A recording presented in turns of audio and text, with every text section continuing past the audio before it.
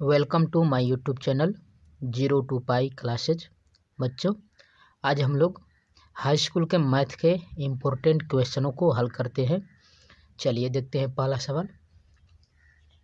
यहाँ पर कह रहा है, यदि मीनार के पाद से 50 मीटर दूर स्थित बिंदु पर मीनार का उन्नयन कोण 60 है तो मीनार की ऊंचाई ज्ञात कीजिए। ठीक है, चलिए यहाँ पर इसको हल करते हैं। यहाँ पर कह रहा है, मान लेते हैं यहाँ पर कोई एक इस प्रकार से आपका मीनार कोई दिया है। ठीक है बच्चों, यहाँ पर यह मीनार दिया है। क्या है? यह मीनार है। ठीक है, अब कह रहा है कि मीनार के पाद से, यह पाद है इसका, इससे 50 मीटर दूर एक चिन्ह खींच रहे हैं। यह कितना हो जाएगा? 50 मीटर दूर की बात कर रहा है, 50 मीटर। और इस 50 मीटर दूर कोई बिंदु है, मान लेते हैं कि यह ए है। इस बिंदु ए से उसका उन्नयन कोण, यहाँ पर उन्नयन कोण कितना हो रहा है इसका? 60 अंश हो रहा है। ठीक है बच्चों, 60 अंश है। तो इस मीनार की ऊंचाई, जो यह मीनार है, इसकी ऊंचाई ज्ञात करना है। तो मान लेते हैं कि यह मीनार h मीटर ऊंचा है। ठीक है बच्चों, तो यहाँ से देखेंगे तो यह लंब दिया है इस थीटा के लिए, और यह क्या है? आधार, यानी कि तब यह हो जाएगा tan थीटा। और थीटा के स्थान पर कितना है बच्चों? यहाँ पर कितना है? 60 अंश है, तो tan 60 हो जाएगा। और लंब बटा आधार होता है, यानी लंब बटा आधार होता है। ठीक है बच्चों, लंब बटा आधार को क्या कहते हैं? tan theta. और थीटा का स्थान पर 60 है, तो यहाँ पर रखेंगे यहाँ से, तो यह हो जाएगा tan 60 अंश और बराबर लंब h माने है और आधार कितना है?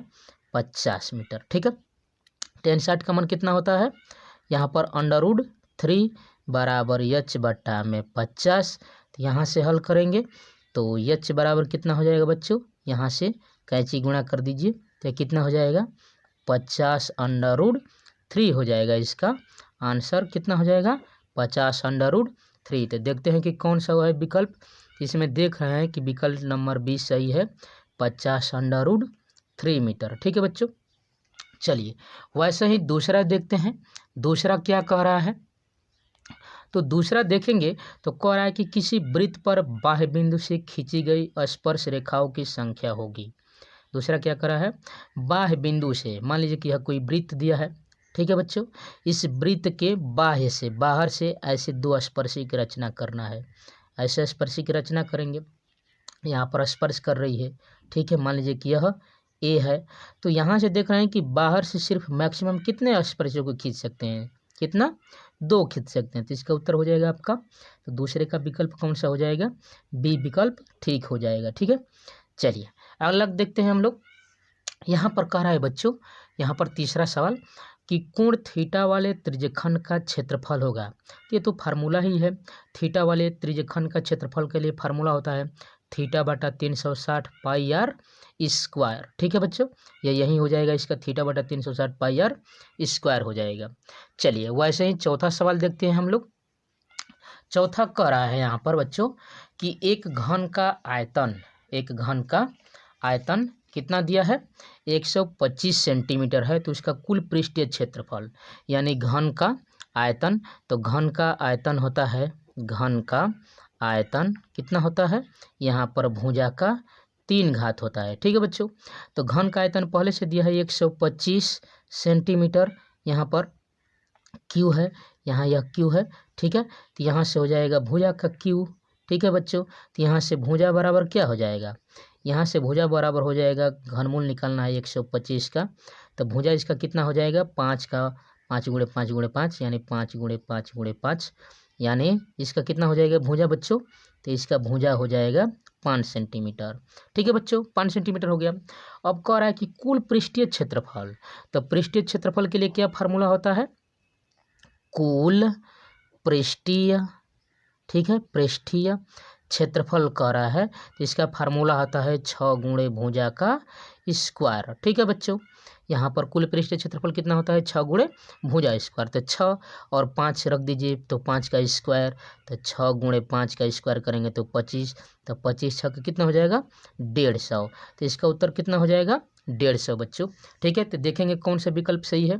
तो चौथा का कौन सा विकल्प सही है? इसका सी सही है, 150 सेंटीमीटर स्क्वायर हो जाएगा। ठीक है, चलिए वैसे ही पांचवा सवाल देखते हैं बच्चों। पांचवा क्या कह रहा है यहाँ पर, बिंदु ए 5,6 और बी -12,6 के बीच की दूरी होगी। बीच की दूरी पूछा है, ठीक है बच्चों।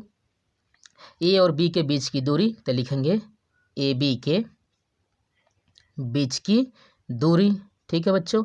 तो दूरी यहाँ से फार्मूला आपको मालूम है कितना होता है ए बी के बीच की दूरी, अंडर रूट में x2 माइनस x1 का whole square plus y2 minus y1 का होल स्क्वायर, ठीक है बच्चों, यही होता है।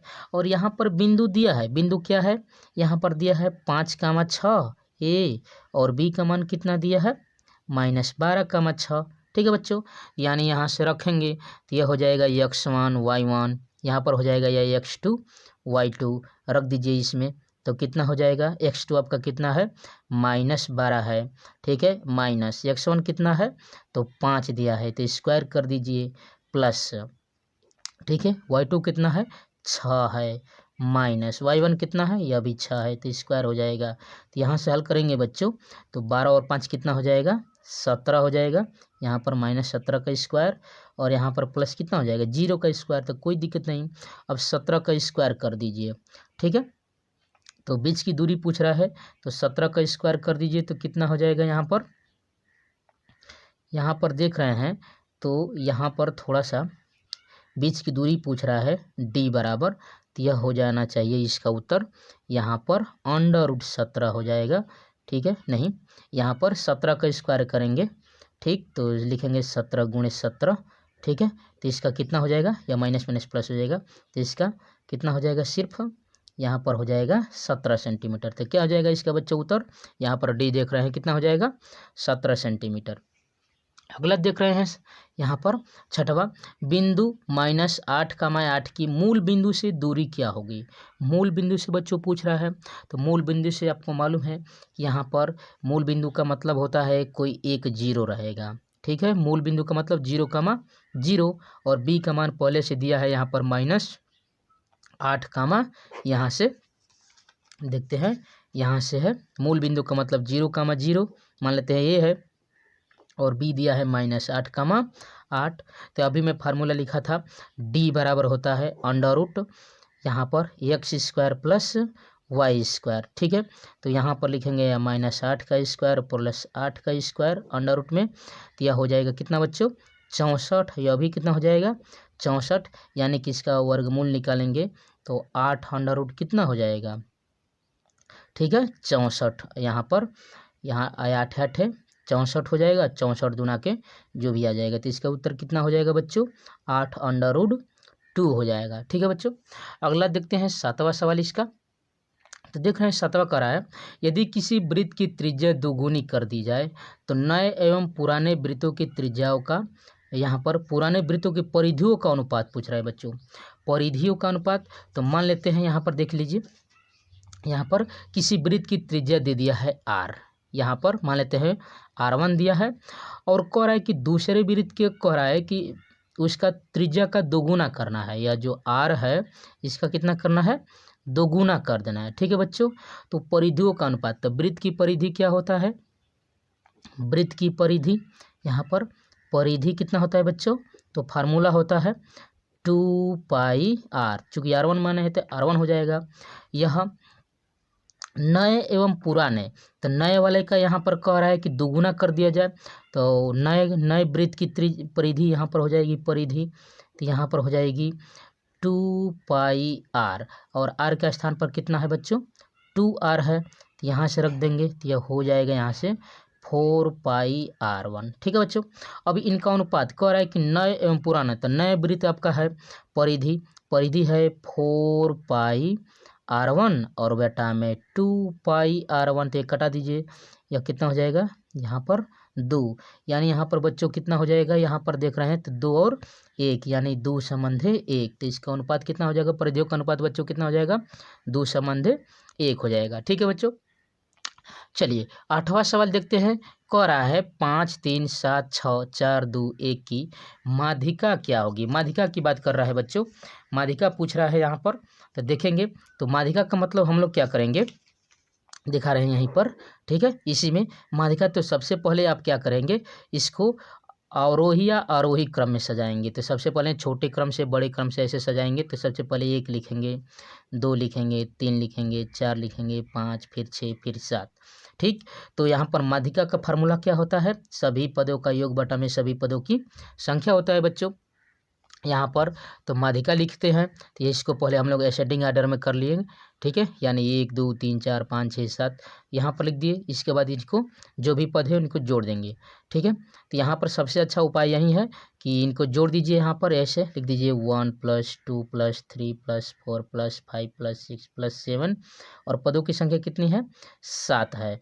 तो यहाँ पर देख रहे हैं कि माध्यिका पूछ रहा है, तो यहाँ पर देख रहे हैं पदों की संख्या कितनी है, 7 है। और 7 एक कैसी संख्या है, विषम संख्या है।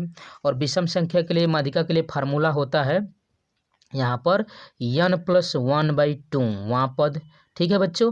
माध्यिका मीडियन की बात कर रहा है, m बराबर, तो 7 और प्लस 1 कितना हो जाएगा, 8, और बट्टा में यहाँ पर 2, तो 8 बट्टा में 2 का मतलब कितना हो जाएगा बच्चों, चौथा पद। और चौथा पद यदि क्रम बाय क्रम लिखेंगे तो कौन सा हो जाएगा, इसका चौथा ही हो जाएगा, ठीक है बच्चों। तो इसका उत्तर क्या हो जाएगा, 4 हो जाएगा, ठीक है बच्चों यहाँ पर,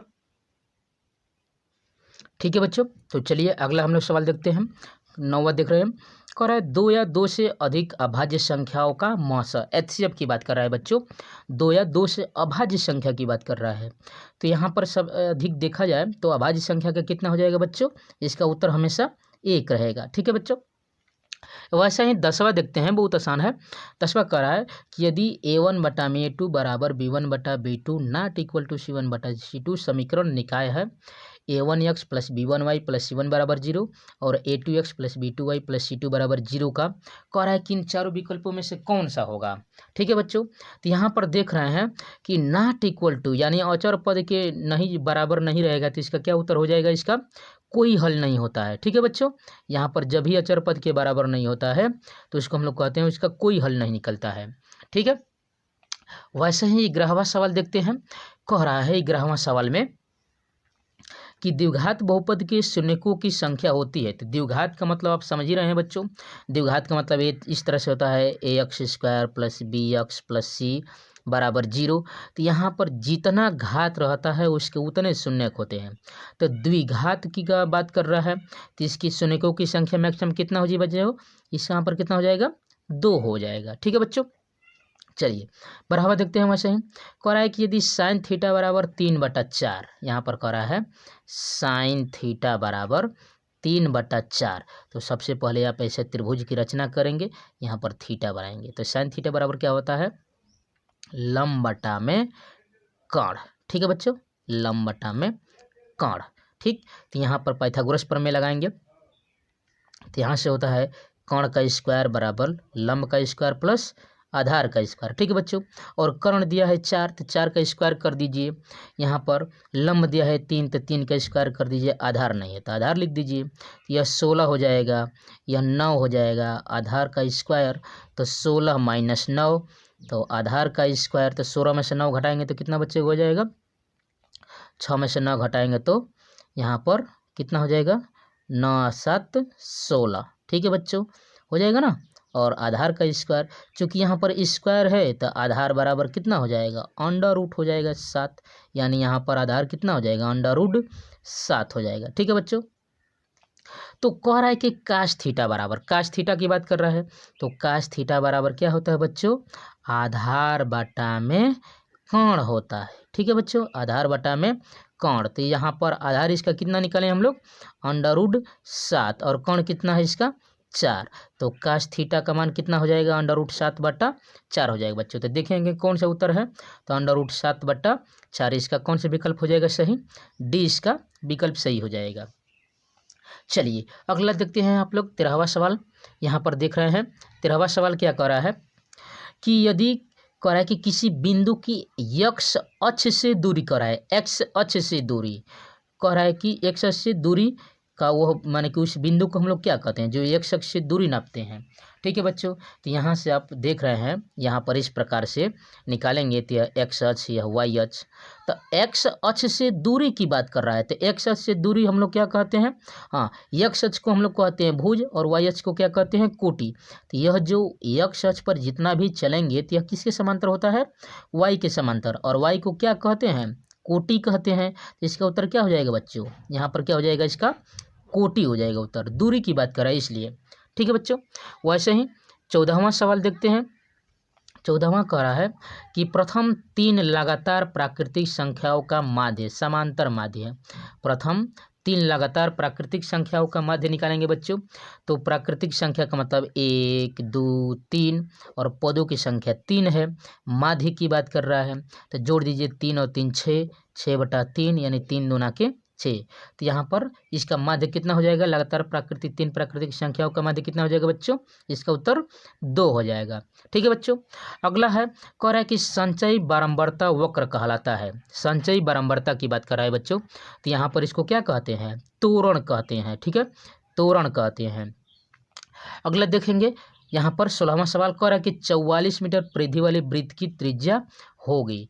तो यहाँ पर 44, यहाँ पर परिधि की बात कर रहा है, यानी कि परिधि कितना होता है वृत्त की, 2πr, और यह कितना दिया है, 44 दिया है बच्चों। तो यहाँ से इसका त्रिज्या निकाल दीजिए, तो r बराबर हो जाएगा 44/2π, 2 से 2 कटा दीजिए, तो यहाँ से हो जाएगा 22 दूना के 44, यानी r बराबर 22, और बट्टा में पाई का मान होता है 22/7, यह कट जाएगा, तो r बराबर कितना हो जाएगा यहाँ पर 7 मीटर। तो इसका उत्तर क्या हो जाएगा बच्चों, 7 मीटर। ठीक है बच्चों, thanks for watching my video.